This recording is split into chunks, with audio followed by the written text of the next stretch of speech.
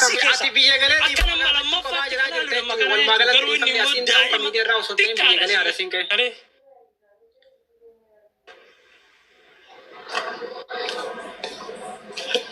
biyya galee asirratti illee gaafatee gajjedhee kumbula bitee uffata kabajaa haadha siinqee kennaa bitee dhiifama gaafachuu danda'uudha qaba.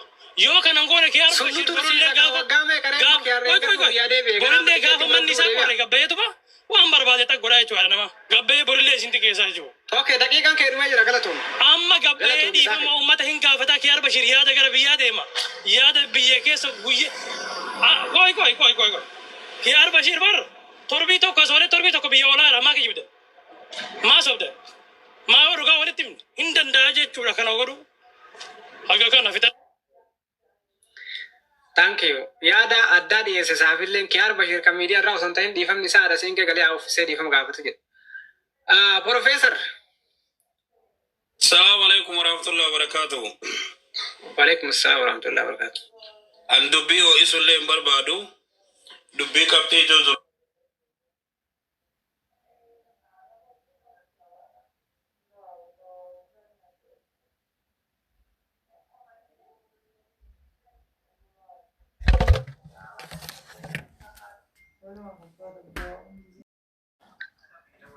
Sabi da wala bi no annama to kontoi Baba yenu jira makan.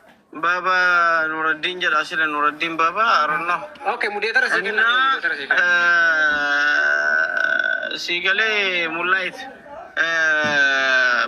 nama to kontoi nen nama to kon arabsine sigale lafuma ol ka'anituma ganama kana yo ansenu hattu qoshasha mali sakarami wanni jedhanii arrabsin tur maqaa kana hunda isaa mee raajimaafu ilaala jedhe jala seenee olaalu shoodde arsii jedha distii arsii jedha bissi arsii jedha qacalee arsii jedha sabboontu shaashee jedha maal jedha imalaalaa ture sii gale yoo laalu kun namni hundi isaa kana arrabsu warra maqaa arsii dhayatu you know so maal gochuu qabareen ani dammoo ka arrabse shamarran arsii warri TikTok irraa jedhan warri na arrabsitan warri as jala jirtan ka akkana jettan kun jedheetiin dubbadhan dubbii attaamamanii gara arsii ol fidan sii gale waan kana immoo yoo dhaabdan bareedaa ta'a yoo arargeen itti makamte immoo bareedaan ta'u isiniif Kiar maka berrifatamani maka ya no walitti himuun gadi taate immoo jechuun gadi baanee kiar kasigafat don kina hawwii shaashee jedhan arrabdaa jirti media kana gubbaa hagam turteerta media kana waan isaan comment okay gabeetti commenti amira keessa seente haga wali qabdee arrabsitu guutumatti maqaa warroota sanii arsii baafatanii fi arsii taanii disti arsii sejama disti nama yumit disti arsii yoo si arrabsite disti si arrabse malee arsii dhamti kasi arrabse waa'ee arrabsamuu qabdu dubartiin arsii taatirraa baatee nama taatee dhalattee baatee sagalgaraa keessa teettee baatee sani obboleettii teetii bar haadha siinqeetii akkamitti arrabsamullee hin qabdu ati miira keessa kaamentiin seente gaafa wali qabdeen hunda arrabsitu miidiyaa gubbaa ana mataa keelleen arrabsu jirta kakalees bira dhaabbate Jawar Muhammad sunillee arrabsu jirta because he's arsii inni mataan isaatu it doesn't work like that hinta miira keessa seente jechuu qabdu ammallee dabalii miira keessa seente doobi dhaga ilaal anini oluma ka'ee nama tuqe tokko hin qabu sii galee warra as keessa jirtu tun miti waan jalaatan dhiisii fotoo gaarii hin qabdu ta profaayilii gubbaa kaayattu. Arabaa fi wanta ofirra kaayatte mee namuma tokko akka fotoo bareedaa namni fotoo profaayilirra kaayatu kan qabne jechuudha. Mee waan jalaatan qabaatee waan isa arrabsan qabaatee maal arrabsan jedhee haasa'e. Wasa kamara sii galee. Ati hattuu hin taatu isaan hattuu siin jedhaniif. So akkasuma jedhan jettee still it doesn't give you justifying ta'u. Waggaa meeqa yaaltabaalkuትን ነገር ምድረ መሀይም ተሰብስቦ የሆነ ነገር ስል እኔ ዝም አልልም በበኩሌ ይቅርታ አድርጉልኝና even ዋጅ ጀለታዬ መቃ አርሲ ቀበቴ ነው ማረብሲው አከነቴ አካ አርሲ አረብሲሱ ቤኩቱ እረቱ ነው ጨልቀባ እዚ ወላላ ከሰን ጎልፈቹ ባይዘይ ጌቹ namni akka nama arsii jajjabaa qoy Dobbi aanda nagar asragicha lingerish Dobbi Dobbi by the way nama arsii jabaa nama arsii diinillee yoo dhagee gurri sodaatu nama arsii gaarii sheeka arsii taate hayyuu arsii taate barata arsii taate nama arsii keessaa mataa ol qabatee like bakka nama gaarii tahee mul'atu kamuu namni akka maqaan isaa ajaawu godhu ijoollee arsii kana.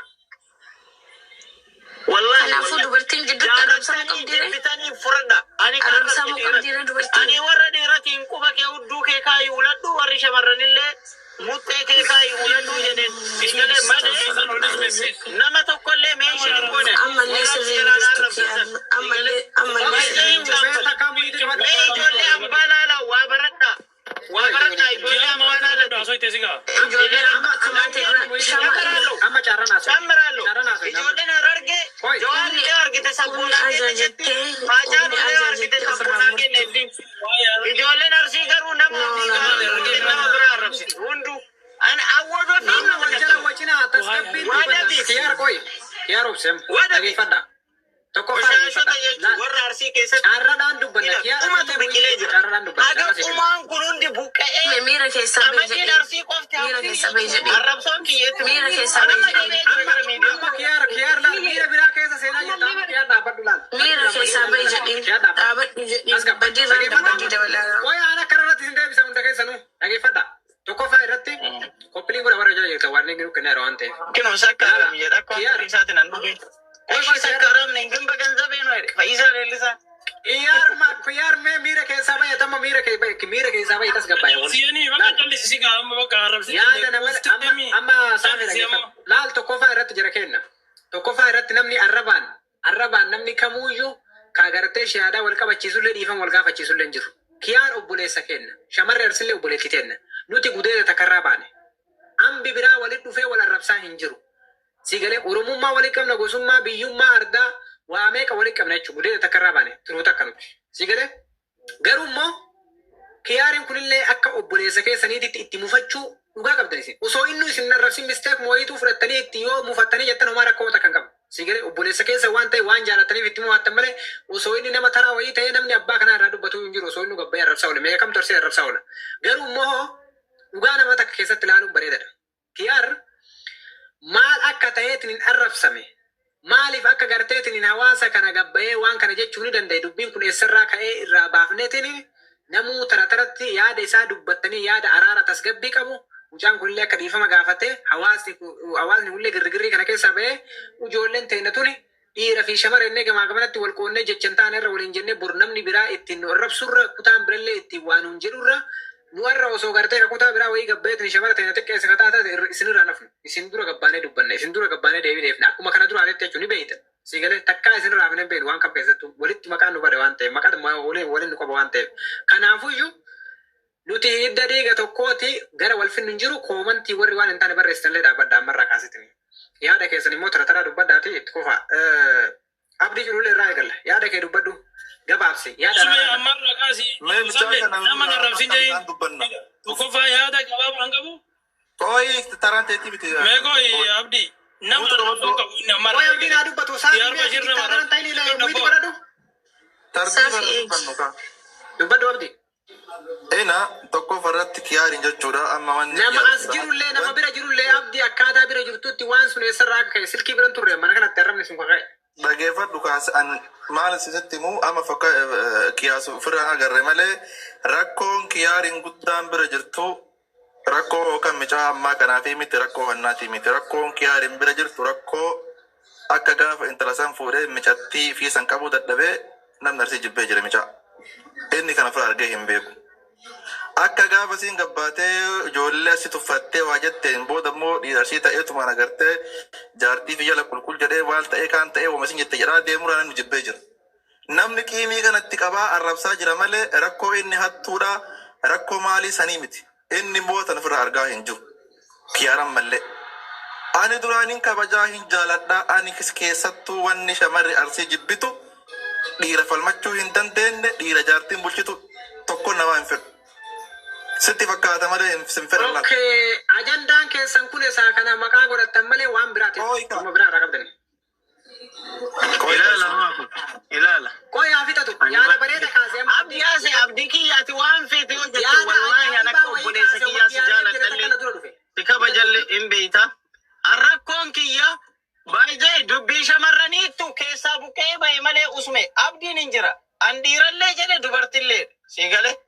Hunduma jedhe warra TikTok irraa naarrabsu san jedhe si gale. Abdii deebisa amma yaada bareeda wayii dubbate yaada haarawa kaase waan nuti irratti ta'aa jiru kana caala bakka madda rakkoo jiru wayii kaase. Himee jira. Okay. Ayye. Akkanatti fakkaatee amma yaada abdiin dubbataa jiru kanatti duullee amma gaggeeffamaa jiru kuni ka waa'ee arraba isaa ka ammaa kanaan wal qabatu osoo hin ta'initti akka gaafa inni mucattiisan fuudhe irraa warri arsii jaalataa hin jirru jedhe.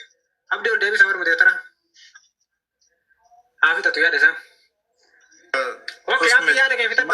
Mana kee adabatte godhi yoo adabatte chukuru. Namni tokko akka hin buufne mudeetara guutuu keessatti bu'a. Amma booda abdii namni tokko tuyitanii naan dubbadhu yaada kee. Namta kanan buusina. Okay? Dhaggeeffadhu usme. Kiyaar akka gaafa jaartiin isaa akkas jettee isii irratti akka itti ashkaabacee achi as immoo deebi'eetiin ijoollee arsii arrabse inni onnee ijoollee arsii keessaa bahee ture. Namni akkanumatti akkana jajja'a malee Allahu alam si galee rakkoon isaa poointiin guddaan isa kana. Itti aansuudhaan immoo ammallee afaan guuttatee reef osoo an mana kee keessa jiru arrabsa jechuudha. Dhibbaan dhibbatti lafa si galee. Achi durallee aslii yookaan isa quban qabne aslii isarraa falmatu aslii dubbii kana kaasadhee aslii arrabsaa ture. Micaallee waa hundatti maal godhellee achirra as kaa dubbiin si galee.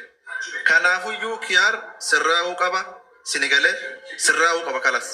Rakkoo guddaa qaba kiyaar. Saniif gabbahee dhiifama gaafachuu qaba biidoo dalage. Kana achi wanni biraa takka hin jiru. Yaadni kiyya kanuma. Okay, saafii amaan itti kufi yaada bareeda waa hedduutti intallee achi keessatti illee saafii amaan itti kufi dhumarra yaada kennan naantu.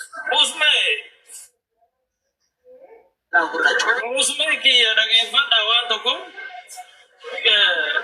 tokkoffaa dubbii arraa haasoinate dabarte dhiisaa yaa jamaa gurgeera. Dubbii dabarte dhiisaa taarraa haasoinate dhageenye. Dubbii dabarte waan dabarte dabreera. Arra immoo ta ammaa dubbachuu jirra malee waan amma abdiin jedhu kana keessa hin jiru. Ta duraanii duraan. Taarraa arra immoo waan arraarra jirra ammallee ka dubbachuu jirru dubbii arra gartee ijoollee miskiinan koomentiitiif hayyoolee teenna haadha teenna abbootii keenya kaan rabse haadha teenna gabbee ka xiqqeesse Kiyaar Bashir gabbee dhiifama nu waagaa